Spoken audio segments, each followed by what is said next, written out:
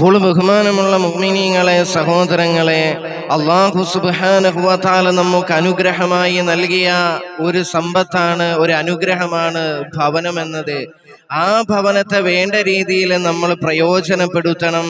ഇബാദത്തുകൾ കൊണ്ട്, ആരാധനാ കർമ്മങ്ങൾ കൊണ്ട് എൻ്റെ പ്രിയമുള്ളവരെ, നമ്മുടെ വീടുകളെ നമ്മൾ ഐശ്വര്യപൂർണ്ണമുള്ളതാക്കി എടുക്കണം. ഐശ്വര്യമുള്ള ഭവനമാക്കി നമ്മൾ മാറ്റണം. അങ്ങനെ ഇബാദത്തുകളും ദിക്റുകളും അദ്കാറുകളും കൊണ്ട് അലങ്കാരപ്പെടുത്താത്ത ഭവനങ്ങളെ എന്തിനോടാണ് അള്ളാഹുവിന്റെ പ്രവാചകൻ ഉപമിച്ചതെന്നറിയുമോ? ചില ആളുകളുണ്ട്, ഭവനങ്ങളില് ഭയങ്കര പ്രശ്നമാണ്, പ്രയാസമാണ്, ഭയങ്കര ഷർറാണെന്നൊക്കെ ഇങ്ങനെ പറഞ്ഞു വരുന്നവരുണ്ട്. എന്നാൽ ഇതിന്റെയൊക്കെ മെയിൻ പ്രശ്നം എന്താണെന്നറിയുമോ? നിങ്ങൾ ചിന്തിച്ചിട്ടുണ്ടോ?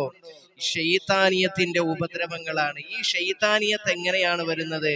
നമ്മൾ തന്നെയാണ് നമ്മുടെ ഭവനങ്ങളെ ശൈത്താനിയത്ത്